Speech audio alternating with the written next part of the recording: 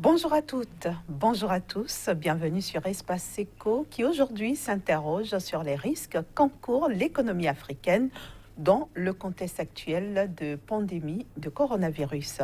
On le sait, des mesures restrictives sont imposées de par le monde afin de limiter la propagation de ce virus et déjà des voix s'élèvent pour dépeindre les perturbations économiques et relatives. Même s'il est encore trop tôt pour mesurer les conséquences de l'épidémie sur l'économie mondiale en général et celle africaine en particulier, plusieurs institutions internationales et agences de notation annoncent déjà la révision de leurs prévisions de croissance pour l'année 2020. C'est le cas par exemple de la Banque mondiale, idem pour Oxford Economics, qui revoit l'accroissement du PIB mondial pour l'année 2020 à 2,3%, soit un repli de 0,2 points de pourcentage, niveau de progression le plus bas depuis la crise financière de 2008-2009. Quant au Fonds monétaire international, il prévient que la récession mondiale consécutive à la pandémie de coronavirus pourrait être pire que celle qui a suivi la crise financière de 2008. Où se situe l'Afrique dans tous ces schémas? Le continent noir, qui reste le moins touché par la pandémie, a-t-il de véritables raisons de craindre pour son économie? Comment les États qui misent sur le tourisme ou sur les exportations des matières premières, notamment les hydrocarbures, devraient-ils s'armer pour surmonter d'éventuels chocs? Y a-t-il des risques réels pour l'économie africaine? Élément de réponse dans un court instant avec mes deux invités que j'ai à côté de moi et que j'aurai le plaisir de vous présenter juste après une petite pause.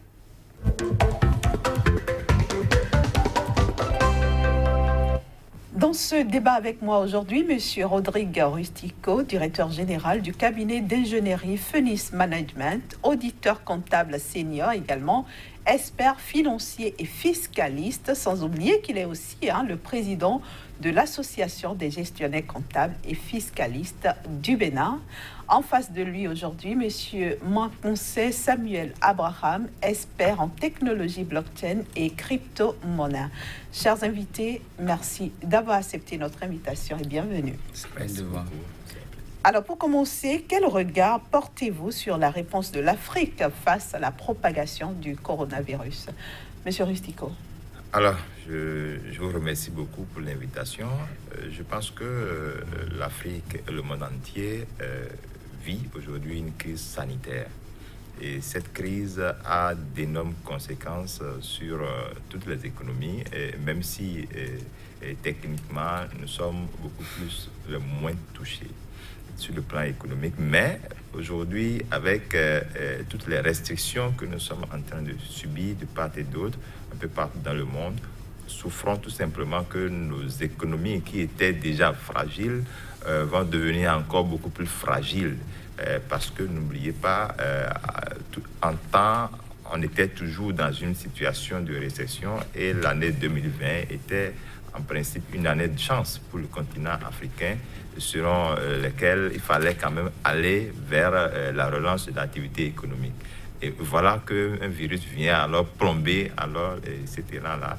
Et donc c'est pour vous dire que l'Afrique demeure aujourd'hui une cible très sensible, d'accord, à cette histoire de virus.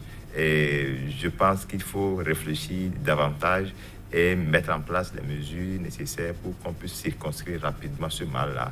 Sinon, vous imaginez si tout cela devait normalement arriver aux États africains réellement, vous comprenez avec moi que nous n'avons même pas des plateaux techniques pour pouvoir subvenir aux petits soins des malades.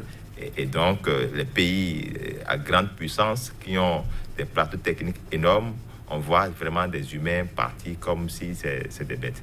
Je pense que c'est déplorable. Il va falloir vraiment que chaque État puisse vraiment travailler en la matière. Et nous allons revenir dans cette émission-là par rapport aux conséquences directes sur l'économie des Africains. En attendant d'y arriver, M. Rustico, M. Abraham, vous estimez aussi que l'année 2020 aurait pu être une année de chance pour l'Afrique? Je crois que en matière d'opportunités, toute situation concourt au bien des visionnaires. Si nous avons une Afrique qui aujourd'hui contient des visionnaires, c'est-à-dire les gens qui voient autrement les choses, je crois que c'est une chance pour l'Afrique de se relancer. Pourquoi?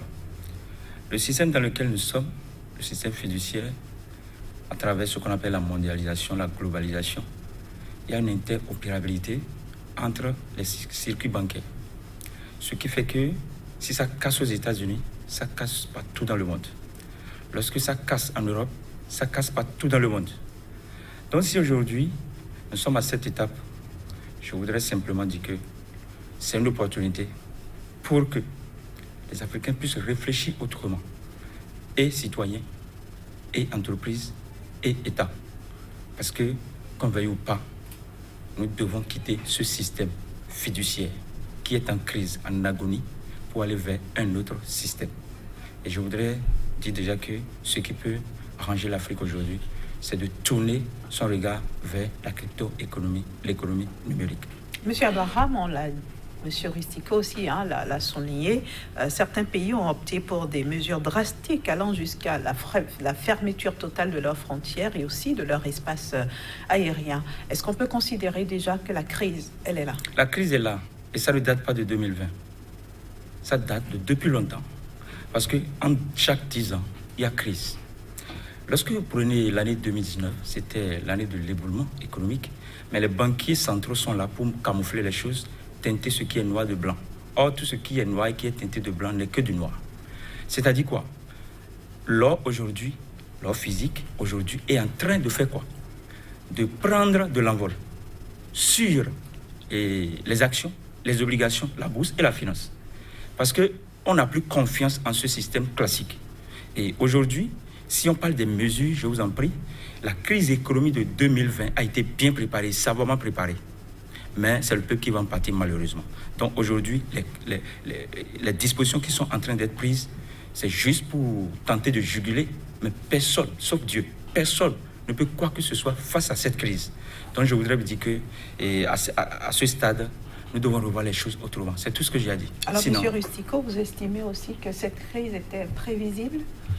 Bon, vous savez, c'est le sens normal des choses, parce que, étant donné que nous vivons dans un système économique de dépendance accrue depuis des années et que nous avons une économie extravertie, c'est-à-dire tournée vers l'extérieur, c'est normal qu'un petit choc de l'extérieur puisse naturellement envahir nos économies. C'est ce à quoi nous assistons d'ailleurs. Je pense qu'il faut changer un peu les données. Il faut changer un peu les données pour couper vraiment coup à cette dépendance-là. Mais c'est vrai que c'est un travail de fond qu'il faut faire. Ce n'est pas du jour au lendemain qu'on va le faire, parce que vous comprenez avec moi qu'aujourd'hui, même quand on prend dans les États africains, combien d'États africains aujourd'hui peuvent oser réunir tous les hommes d'affaires de leur propre pays pour pouvoir mettre en place les moyens nécessaires pour combattre, ou du moins c'est pour mettre en place des dispositifs quand même pour réduire un peu ce virus-là, en fait les conséquences de ce virus-là. Vous allez voir qu'il y en a très peu.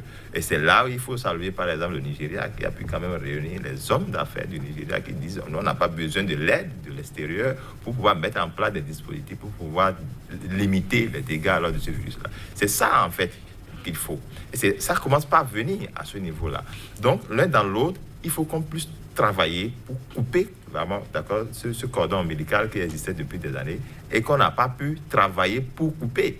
Parce qu'aujourd'hui, vous voyez, cette histoire de virus, ça a quitté la Chine, automatiquement, ça a commencé par parcourir tous les pays du monde. Et aujourd'hui, nous avons des cas importés dans presque tous les pays de l'Afrique et c'est un problème. Et vous imaginez que si nous avons nous-mêmes directement la malchance de recevoir ce virus-là sur notre territoire, combien de fois il y aura assez de dégâts. Et même ces pays, le G20 qui s'est réuni la dernière fois, a été suffisamment clair. Il va falloir vraiment définir un plan pour pouvoir venir en aide à l'économie africaine. Et est-ce que c'est de ça que nous avons besoin? Point d'interrogation. Donc c'est pour vous dire quoi? Il y a une batterie de mesures qu'on doit pouvoir prendre. Et je pense que cette histoire de virus de Covid-19 est d'abord liée à des sécurités d'ordre individuel. Chacun doit pouvoir se protéger avant de penser à l'État, parce que l'État aujourd'hui doit pouvoir protéger tout le monde. Mais il faut que d'abord les mesures sécuritaires soient prises de façon individuelle d'abord, avant de penser à l'État. Donc, c'est une pandémie qui crée beaucoup de dommages à toute la nation. Et ça fait peur à l'Afrique. Cette pandémie fait peur à l'Afrique. Parce que quand vous allumez votre télévision chaque jour que Dieu fait, quand vous voyez les bandes défilantes, les images que vous voyez tous les jours que Dieu fait, vous vous demandez, mais si cela arrivait en Afrique, on serait où? On serait vraiment réduit à néant.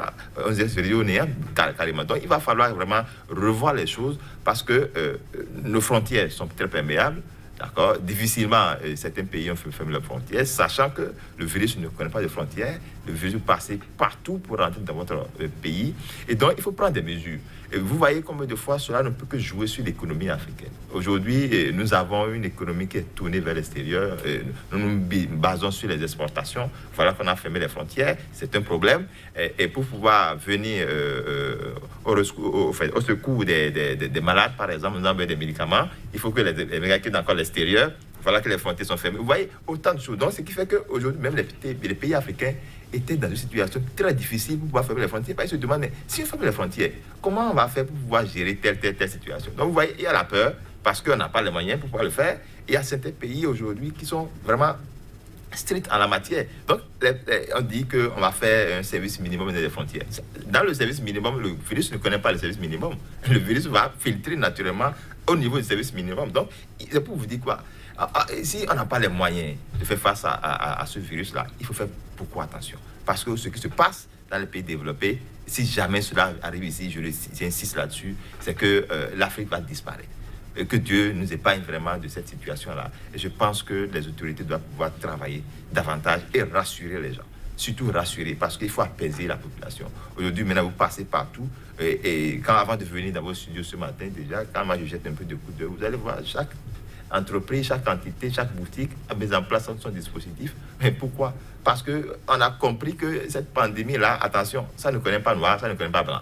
Donc au départ, les gens pensaient que c'était un truc qui n'attaquait que les blancs. Mais aujourd'hui, ça attaque blanc et noir. Donc, conséquence, on ne sait pas quand est-ce que cela pourra attaquer un Africain, pour ne pas dire un Béninois, pour ne pas dire un Sénégalais d'office, sur son territoire directement. Donc, il faut prendre les mesures nécessaires pour pouvoir barrer vraiment les conséquences de ce virus-là, qui ne sont plus à démontrer. Vous prenez, même pas plus tard, la dernière fois, en Côte d'Ivoire, on a fermé le grand marché de la Côte d'Ivoire. On a fermé le grand marché de la Côte d'Ivoire. Mais les gens doivent... Bon, vous savez, à des moments donnés, l'État central est entre le marteau et l'enclume. Que faire? Entre la vie humaine, entre le social, que faire vraiment? Bon, voilà que les gens ont des stocks. On leur demande alors de rester chez eux à la maison. Tout le monde dit, restez chez vous à la maison. Le slogan aujourd'hui, restez chez vous. Restez chez vous. Oh, mais dans le slogan, restez chez vous, il n'y a pas la production. Mais c'est dans la production que les gens créent de la valeur ajoutée et répartissent les valeurs ajoutées. Mais aujourd'hui, maintenant, il n'y a pas de production. Donc, aujourd'hui, tout le monde est confiné sur la planète Terre. D'autres pays ont prolongé encore les délais de confinement parce qu'ils n'ont pas encore pu maîtriser un peu ce virus-là. C'est pour vous dire quoi? Que c'est une menace très grave, très dangereuse. Et un État qui prend ça à la légère va avoir vraiment des dégâts extrêmement très lourds. Et il ne pourra même pas gérer ça. Donc je pense qu'il faut prier pour que nos États, qui ont déjà des économies très fragiles, d'accord, nous sommes en période de récession, on pensait prendre des bons, mais malheureusement, on est encore en train de nous enfoncer. Vous prenez le Nigeria à côté, par exemple. Le Nigeria à côté, dans le budget 2020, récemment, vous savez, le Nigeria a un budget qui est financé pratiquement à plus de 50% du pétrole. Mais voilà que la crise a attaqué même le coût, et puis le prix du baril a chuté drastiquement. Le Nigeria a été obligé aujourd'hui maintenant de faire encore un recadrage budgétaire et de revoir encore ses prévisions à la baisse, tel que vous l'avez si bien dit. Et donc, c'est pour vous dire quoi? Ces pays-là sont plus exposés que nous autres. Mais est-ce qu'on peut comparer même le Nigeria au Bénin en termes de puissance économique? On ne peut pas comparer. Mais aujourd'hui, le Nigeria reçoit des coups plus durs que le Bénin.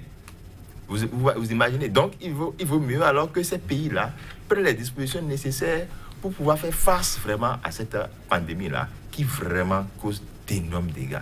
Franchement, même le Bénin dans lequel nous sommes, on a espéré quoi? Dans notre budget, on a espéré quand même qu'on aurait beaucoup de devises par rapport au tourisme. Mais qui va voyager dans cette situation-là? Qui va quitter l'extérieur pour venir rendre visite au Bénin, pour aller voir nos sites touristiques? sachant qu'il y a un virus qui circule un peu partout dans le monde. Voilà que vous voyagez, on vous met en même temps en quarantaine. Vous voulez aller où? Vous allez encore oser venir dans le pays? Non. C'est pour vous dire quoi? Que ce virus-là est une menace dangereuse pour les économies africaines et cela nous fragilise et cela nous envoie encore en arrière complètement. Mais je pense que c'est un mot d'ordre qui doit nous amener à mieux réfléchir et mieux penser. Une réaction, M. Abraham? Je crois que mon compatriote a déjà dit l'essentiel, mais ce que je voudrais ajouter est que les dispositions ne seront pas seulement d'ordre sanitaire. Il faut des décisions de transformation, de mutation monétaire. À l'heure actuelle, nous sommes dans un système qui nous met toujours à la dépendance de l'extérieur. Et si nous ne quittons pas la tendance 1 euro égale 655 francs CFA pour aller à la crypto-économie, où un Bitcoin, par exemple, bien un TBC vaut la même valeur partout, nous allons toujours rester à la dépendance de l'extérieur. Et on vient de parler du Fonds monétaire international, de la Banque mondiale, n'est-ce pas? Alors, ça veut dire que tout vient de là-bas et on nous l'impose. Qui définit le PIB? En matière de quoi? Donc, c'est juste des lois, des théories inopérantes, obscurantistes, juste pour fragiliser davantage l'économie africaine. Moi, je suis pour la crypto-économie, je suis pour la blockchain. Et aujourd'hui, je ne peux que appeler tout citoyen africain et tout État africain à se convertir rapidement dans la blockchain et dans la crypto-économie. Parce que là, la France ne peut pas nous contrôler. Et qu'il y ait crise en France ou pas, nous sommes en sécurité chez nous. Monsieur Abraham, l'urgence à l'heure actuelle n'est-il pas de régler d'abord les questions sanitaires? Je ne dis pas non. Voilà pourquoi j'ai dit en dehors des dispositifs ou des dispositions sanitaires, il faut rapidement penser à une mutation monétaire. Parce qu'aujourd'hui, qu'on veuille ou pas, le coût du dollar a des effets, des conséquences d'impact, de répercussions et je dirais même des inconvénients sur le coût du CFA. Nous sommes en zone CFA ici. Mais avec la crypto-monnaie, ce n'est pas pareil. Mais nous sommes également en temps de confinement où les gens ne peuvent plus faire les déplacements tels que cela se doit. Donc acheteurs et vendeurs sont confinés. Ça veut dire que l'économie ralentit du côté de l'acheteur et du vendeur. Mais si tel est le cas, avec la crypto-monnaie à distance, l'acheteur peut acheter et le vendeur peut vendre. Parce que c'est une monnaie virtuelle qui s'envoie de portable à portable sans barrière géographique, sans barrière de temps, sans limite de transaction et de manière hyper sécurisée. Donc si l'Afrique aujourd'hui se convertit dans la crypto-économie, il y a l'économie numérique en général, mais la crypto-économie en particulier, je crois que on fait travailler notre argent pour aller au secours de nos États. Parce qu'il faut des hommes d'affaires et des crypto-hommes d'affaires aujourd'hui peuvent sauver l'Afrique, quelle que soit la crise, à moins que Dieu ne veuille. Mais je sais que Dieu va le vouloir. C'est ce que moi j'ai à dire. Les ministres africains des Finances récemment, chers invités, ont estimé que l'Afrique a besoin d'une relance économique de 100 milliards de dollars dans ce contexte de coronavirus. Vous estimez que c'est exagéré? Non, c'est pas exagéré parce que ils savent un peu combien de fois nos économies sont fragiles. Ils savent combien de fois nos économies dépendent de leur économie. Ils savent combien de fois nos économies nourrissent leur économie. Et c'est pour ça, d'ailleurs, ils se disent, mais si tant est que là où je vais piquer mes matières premières n'est pas stable et que je ne parviens pas à leur donner un coup de main pour pouvoir te stabiliser, c'est difficile pour moi de tirer des rentes. Et c'est ça, en fait, la particularité. Ils se disent, mais sinon, mais écoutez, eux-mêmes, là, la pandémie, là, est plus poussée là-bas que chez nous. Mais pourquoi est-ce qu'on décide alors de nous appuyer? Parce qu'en réalité, économiquement, ils en tirent profit. C'est tout, ils en tirent profit. Donc, s'ils ne le font pas, ils ne peuvent pas alors relancer leur activité économique de l'autre côté. Vous imaginez, par exemple, que pour cette histoire de virus-là, la Chine va perdre pratiquement 0,2% de son PIB pour 2020. Mais c'est énorme. C'est énorme. Parce que cette histoire-là, ça a arrêté toutes les productions. Tout ce que nous consommons en Afrique, ça quitte où? La plupart de ce que nous consommons en Afrique, ça quitte où? Ça quitte l'extérieur. Et nous les consommons. Maintenant, voilà que eux, ils sont en cessation de production. Qu'est-ce que notre économie va devenir? Or, une économie, c'est naturellement la consommation, c'est naturellement la production, c'est naturellement l'investissement. Voilà qu'il n'y a plus d'investissement. Parce qu'il n'y a plus de sécurité. Et il n'y a plus de production, parce que nous sommes tous confinés. Et il n'y a plus alors de commercialisation, parce que nous sommes tous confinés.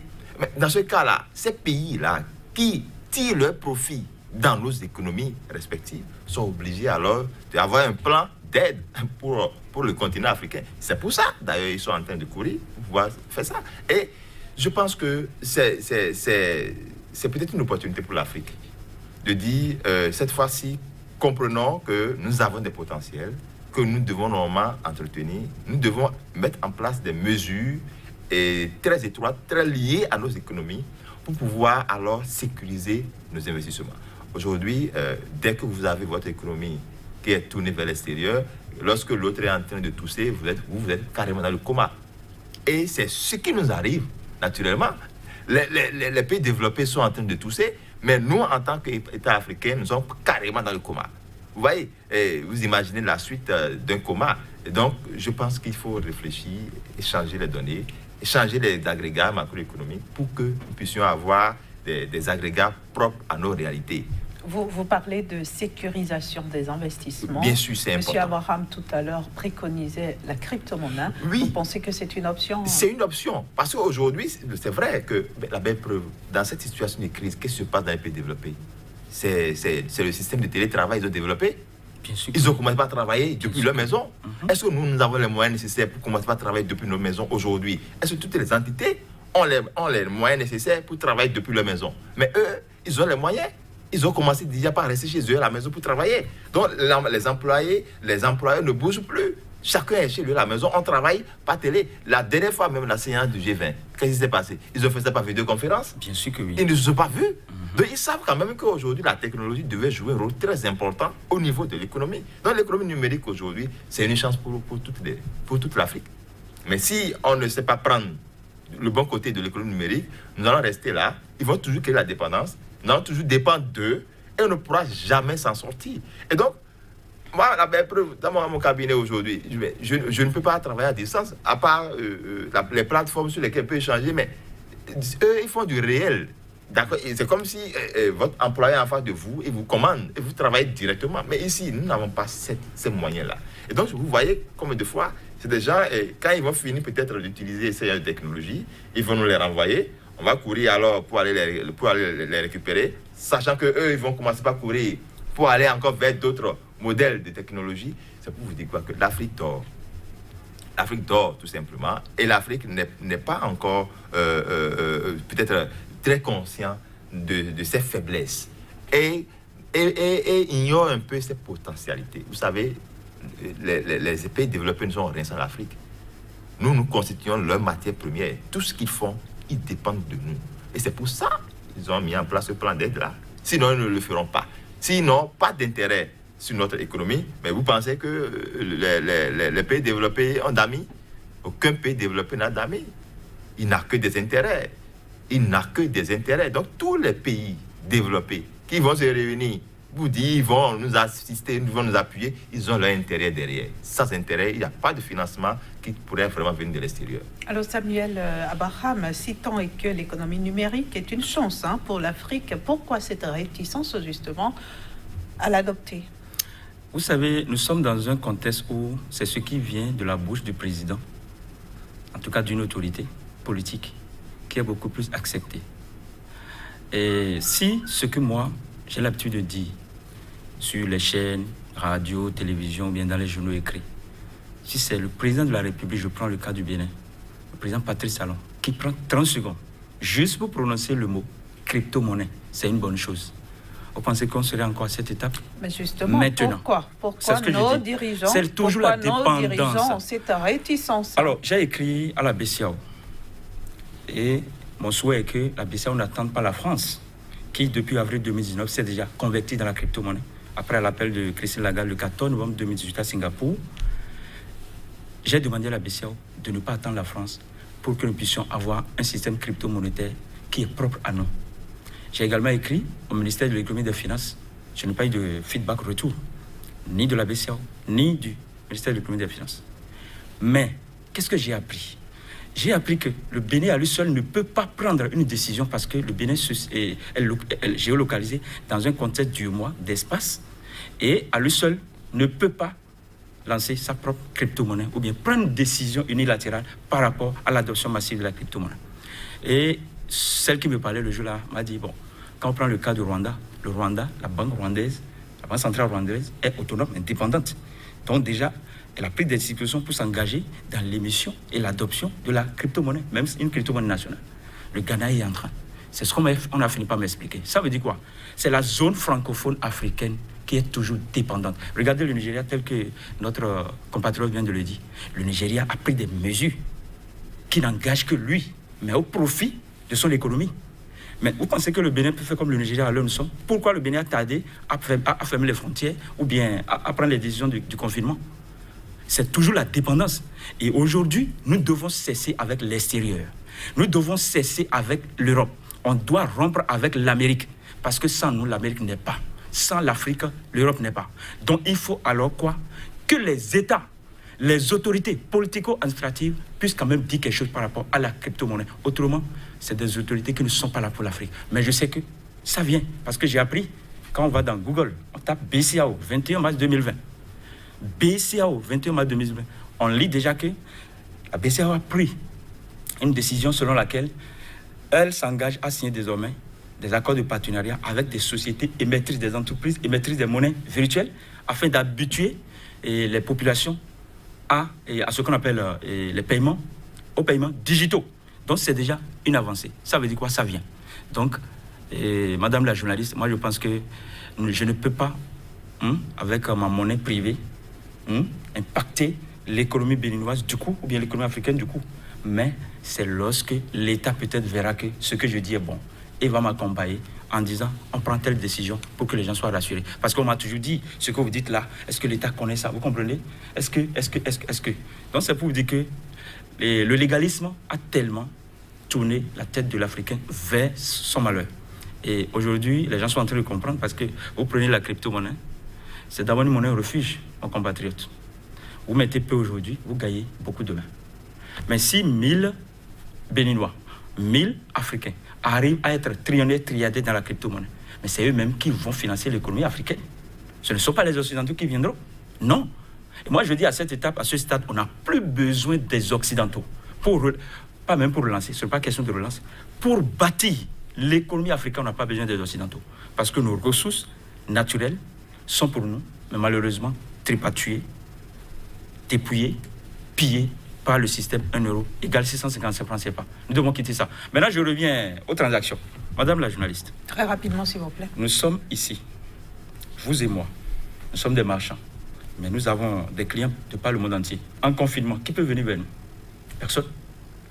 Mais notre compatriote le disait en temps. Ils font tout. Même l'enseignement se fait à distance aujourd'hui, dans les pays développés. L'enfant reste à la maison, l'apprenant reste à la maison et étudie. Maintenant, pour que les choses ne viennent pas de manière obsolète vers nous, on prend par exemple les radars qu'on utilise ici, c'est des radars démodés et caducs ailleurs. Donc, nous devons quitter ce pacte colonial selon lequel il faut aller vers l'Europe, aller vers les Occidentaux pour importer la technologie. Nous sommes aussi intelligents que les Occidentaux. Nous sommes aussi intelligents que les Français. Nous sommes même plus intelligents. Aujourd'hui, nous devons faire quoi? Nous devons domestiquer la technologie sur toutes les dimensions possibles afin que l'économie africaine soit ce qu'elle doit être. On ne peut plus importer la technologie. C'est ce que j'ai à dire. Alors, M. Rustico, estimez-vous aussi que la numérisation de l'économie africaine aurait pu amoindrir les chocs liés aux conséquences de l'épidémie du coronavirus? Oui, je pense que oui, puisque aujourd'hui, on nous demande de respecter une distance d'1 mètre pour pouvoir faire des échanges, par exemple. Et si depuis ma maison, je peux déjà faire mes achats, je peux déjà me procurer de mes biens et services, vous voyez quand même que cette histoire de coronavirus n'aura pas autant d'impact sur l'économie. Mais aujourd'hui, je pense que le secteur de numérique est un secteur porteur. C'est un secteur qu'il ne faut pas du tout négliger. C'est un secteur peut-être qui aujourd'hui, sans doute, les États africains ont commencé un peu par s'essayer. Justement, j'allais vous demander pourquoi si c'est si mirobolant, si mielleux, pourquoi cette réticence de nos États à vraiment s'approprier. Oui, vous savez, il a dit, quand moi je vous donne à manger et que je vois que vous voulez aller plus vite que moi, je peux vous couper à manger. Et c'est aussi simple que ça.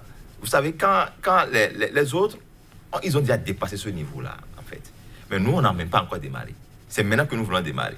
Et quand vous regardez un peu l'architecture économique, c'est quand eux finissent d'utiliser quelque chose que nous démarrons. Mais Vous prenez même peut-être 2 applications aujourd'hui développées. Une application qui quitte l'extérieur, une application développée par un Africain. Nous-mêmes, étant qu'Africains, on va courir derrière l'application qui a quitté l'extérieur. Pourquoi?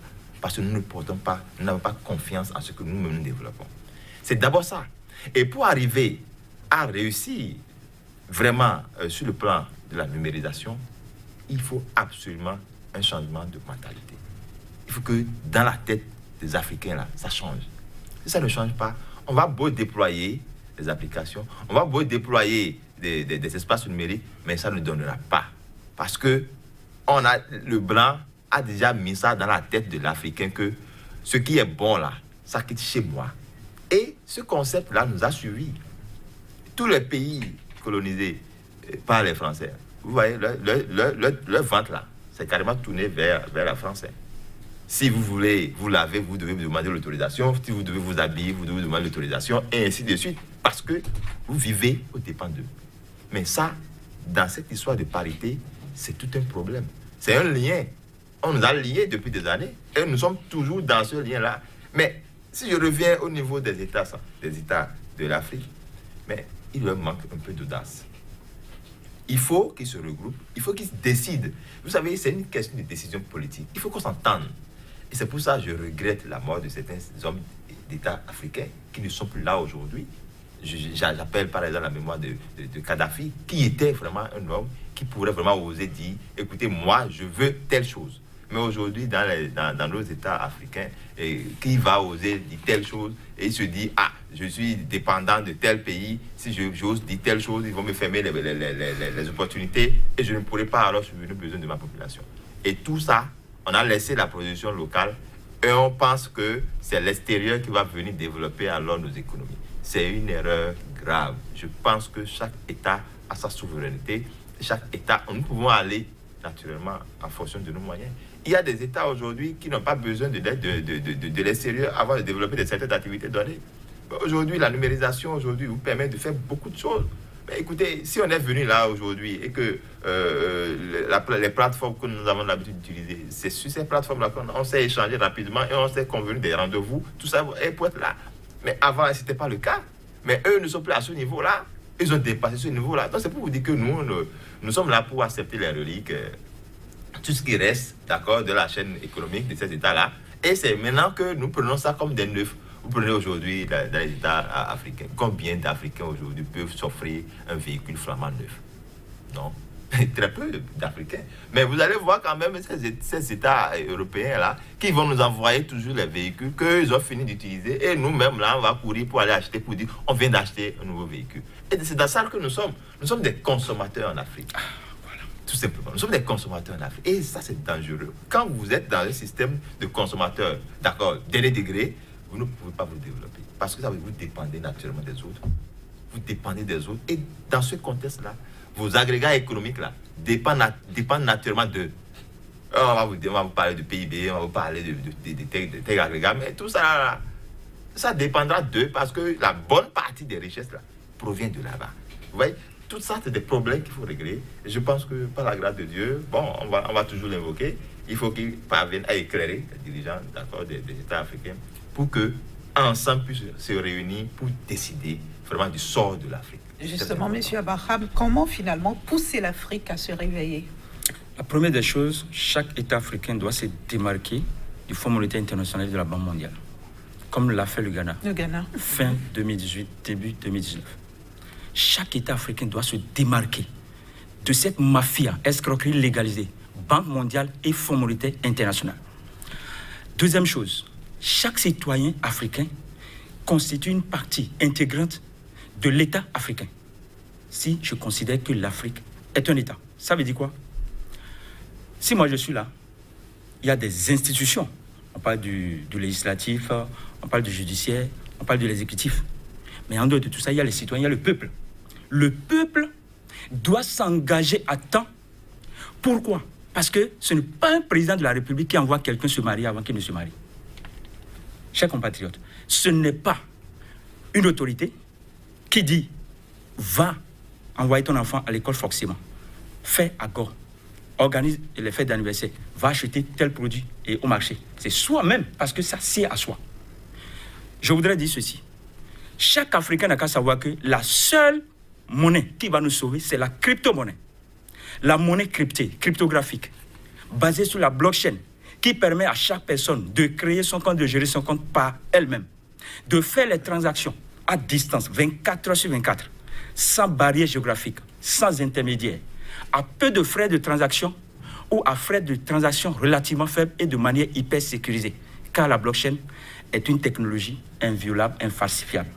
Aujourd'hui, nous devons commencer par envoyer nos enfants à aller faire des recherches sur ce qu'on appelle la blockchain, ce qu'on appelle la crypto-monnaie, et à commencer par concevoir des applications qui ne dépendent pas de l'extérieur, mais qui seront conçues à l'africaine, pour les Africains.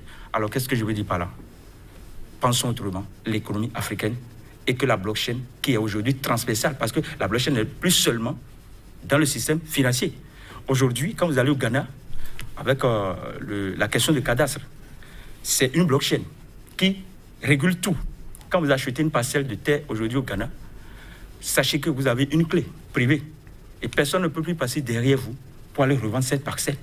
La blockchain a des transactions infalsifiables, transparentes, inviolables. Donc aujourd'hui, si même dans la justice au Portugal, il y a déjà une plateforme Justice Chain, nous devons savoir que nous devons tout mettre sur la blockchain. Regardez Dantokwa. Si Dantokwa est sur la blockchain, on n'a même pas besoin de contrôler qui que ce soit. On fait tout à distance, sans stress, sans psychose. Parce que tout ce qui se fait derrière vous, vous pouvez tracer et retracer à vie. Donc je voudrais dire que, attention, nous devons faire dos à cette mafia, Banque mondiale et Fonds monétaire international, pour tourner notre regard vers la banque décentralisée, crypto-monnaie et blockchain. C'est ce que moi j'ai à dire. Monsieur Rustico, vos approches de solutions pour donner à l'Afrique toutes ces chances? Je pense que l'Afrique doit d'abord se donner soi-même, elle-même, sa propre chance de se développer. En quoi faisons? Voilà, en croyant d'abord en ses potentialités, en ses ressources. Vous savez, j'ai souvent l'habitude de dire à mes apprenants que de regarder un peu tous les pays colonisés par les Européens. Vous allez voir que dans tous les ports autonomes, il y a toujours les rails. Il y a toujours les rails qui passent. Je leur demande, mais est-ce que vous savez pourquoi les rails passent par les ports? Et vous voyez un peu la destination des rails. Ça quitte les contrées de nos villages. Là où il y a les matières premières. Là où il y a vraiment les matières premières pour faire développer ces nations-là. Ils vont transporter ces matières premières, passer par nos ports. Ils prennent en fait nos ports comme des transits, passer par nos ports et les renvoyer chez eux, les produits, et nous les renvoient, et on se met encore en rang pour aller acheter. C'est ça en fait l'Afrique. Et donc si l'Afrique ne parvient pas à mieux comprendre qu'elle peut se développer en mettant l'accent sur l'industrialisation modernisée de son économie, ça ne viendra pas. Donc, la chance, c'est d'abord nous-mêmes. Il faut d'abord qu'on soit prêt pour le développement. Mais si on n'est pas prêt, on ne pourra pas le faire. Et si on pense que se développer, ça dépendra de l'extérieur, non. Bien au contraire, c'est aller renforcer encore la dépendance avec l'extérieur. Parce que je connais déjà des endroits où on veut construire des stades. On a confié ça aux gars de l'extérieur. Ils ont construit les stades. Les micros, ou même les tableaux d'affichage de score étaient gâtés. Mais vous savez qu'il fallait faire appel encore à celui-là qui est venu. C'est toujours la dépendance. Et c'est toujours la dépendance. C'est ça qu'il faut éviter. Je pense que nous avons des compétences. Il faut croire en nos compétences. D'accord? Et de façon locale, nous devons d'abord être conscients de notre faiblesse. Si on ne fait pas ce diagnostic-là, on va se précipiter à aller vers les crypto-monnaies, comme il a si bien dit, mais ça ne marchera pas. Quelles sont nos faiblesses? Comment alors transformer nos faiblesses en des forces? Absolument. Si on le fait, vous allez voir que nous allons réussir parfaitement. On n'aura même pas besoin d'un financement pour nos budgets, d'accord? Et on n'a pas besoin. Donc c'est ça en fait. Il faut d'abord faire le diagnostic. Le diagnostic, nous connaissons déjà nos faiblesses et commençons par régler les faiblesses. Un chef d'État qui vient au pouvoir doit prendre une faiblesse et régler. Je ne demande pas à un chef d'État de prendre toutes les faiblesses de son pays et de régler. Non, il ne pourra même pas d'ailleurs. Vous imaginez qu'aujourd'hui, même en Afrique, nous n'avons pas même l'autosuffisance énergétique. On n'en a pas. Je vous dis, l'énergie là, le courant là, on n'en a pas de façon permanente. C'est un problème. Or, c'est un facteur de production. Aujourd'hui, maintenant, c'est un problème. Dans toute l'Afrique, c'est un problème. Mais si un chef d'État vient Il dit, moi, je veux régler le problème de l'électricité pour mon pays. Il peut faire peut-être une année et finir de régler, il va partir. Là. On sait qu'on a fini avec ce problème-là. Mais aujourd'hui, nous sommes dans une situation de redondance. On fait un pas en arrière, et puis peut-être un pas en avant et 4 pas en arrière. On ne bouge pas. Et c'est ça, en fait, qui nous arrive. Donc, si on n'est pas encore conscient de cela, vous demandez également à un chef d'État aujourd'hui où vous voyez votre pays dans les 10 ans, dans les 20 ans, dans les 30 ans, il n'est pas en mesure de vous le dire parce qu'il est lié à un mandat. C'est son mandat qui l'intéresse. C'est la politique qui l'intéresse. Ce n'est pas la vision prospective de son pays qui l'intéresse. Tant que nous ne réglons pas ces insuffisances-là, nous ne pourrions pas. Et c'est ça, en fait. Je peux vous confirmer que c'est à base de ces insuffisances-là que ces pays développés viennent tirer les opportunités. Savez-vous que les meilleures réformes que nous développons ici, là, quand ils voient que nous commençons pas à développer quelque chose en même temps, ils s'approprient de ça et en même temps identifient les risques que cela peut entraîner et en même temps font ce qui est meilleur à nous. Mais nous, là, qu'est-ce que nous faisons? On préfère envoyer des gens à l'extérieur, aller se faire former. On leur demande travailler là-bas parce qu'on se dit que là-bas, là, c'est plus facile là-bas, et c'est plus aisé là-bas, et on laisse son pays. Quand on ne règle pas ces insuffisances, on ne pourra pas. Vous allez en France aujourd'hui, les meilleurs médecins, si vous demandez, ils vont vous dire que c'est des béninois. Mais aujourd'hui, vous venez ici, nous n'avons même pas un plan technique suffisant pour pouvoir gérer ça. Donc, vous voyez, nous-mêmes, c'est comme si on ne reconnaît pas nos valeurs. Nous devons reconnaître nos valeurs, faire le diagnostic, faire sortir nos faiblesses, transformer nos faiblesses en des opportunités. Et je pense que c'est très important. En attendant d'en arriver là, M. Rustico, nos États font face à des dépenses de santé non anticipées, dépenses évidemment dues à la propagation de la pandémie du coronavirus. Alors, M. Abraham, comment finalement percevez-vous l'année 2020? Comment sera-t-elle pour l'Afrique? Et ce sera votre mot de la fin. Je pense que partout sur la Terre, 2020, c'est une année de crise sans précédent. Le système va s'effondrer, tout le système. La monnaie s'effondre, la finance s'effondre, les obligations s'effondrent. Et ce n'est pas fini, même l'économie. Donc c'est pour dire quoi? Chaque État africain a intérêt à profiter de cette situation, coronavirus, pour instaurer une économie qui peut véritablement sauver le peuple africain, la population africaine, sans plus tendre la main à l'extérieur. Merci beaucoup, M. Abraham. M. Rustico? Oui, rapidement, moi je pense qu'il faut revoir la base de nos économies, le fondement de nos économies. Si nous pouvons vraiment parvenir à asseoir nos économies sur des bases solides, je ne pense pas qu'on soit en mesure de faire face à une situation de crise. Puisque aujourd'hui, la crise, elle est mondiale. Et dès que les autres ont un petit problème, nous en avons assez. Donc, pour pouvoir réduire cela, c'est parce que notre économie n'est pas assise sur du solide, c'est assis sur du précaire. Donc, à moins d'un catastrophe seulement, on passe à côté. Donc, je pense qu'il faut revoir un peu les bases économiques. Il faut reconstruire encore l'économie africaine en termes clairs. Tout simplement, il faut reconstruire l'économie africaine à travers, bien sûr, des techniques modernisées. Aujourd'hui, nous ne sommes plus du tout dans les années 1900, on est déjà au XXIe siècle. Et tout le monde sait que la numérisation, elle est importante aujourd'hui. Merci à vous, chers invités. Merci également à vous, chers amis téléspectateurs, d'avoir suivi ce débat. Je rappelle que j'étais en compagnie de M. Rodrigue Rustico. Il est directeur général du cabinet d'ingénierie Phoenix Management, auditeur comptable senior, expert financier et fiscaliste, également président de l'Association des gestionnaires comptables et fiscalistes du Bénin. En face de lui, nous avions M. Mankoncé Samuel Abraham. Il est, lui, expert en technologie blockchain et crypto-monnaie. Merci, chers invités, d'avoir été là. Et à très bientôt. C'est notre devoir. Merci.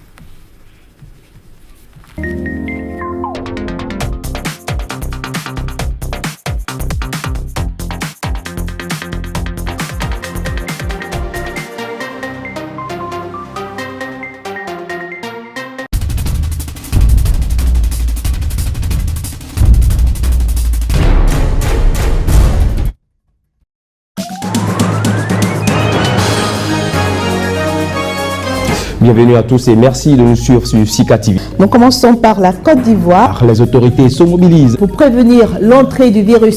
Après le hack sur la guerre à Gaza, nous sommes là pour être solidaires. Et les femmes en Irak. Les musulmans restent silencieux. passe son printemps. Faisons un tour en Afrique.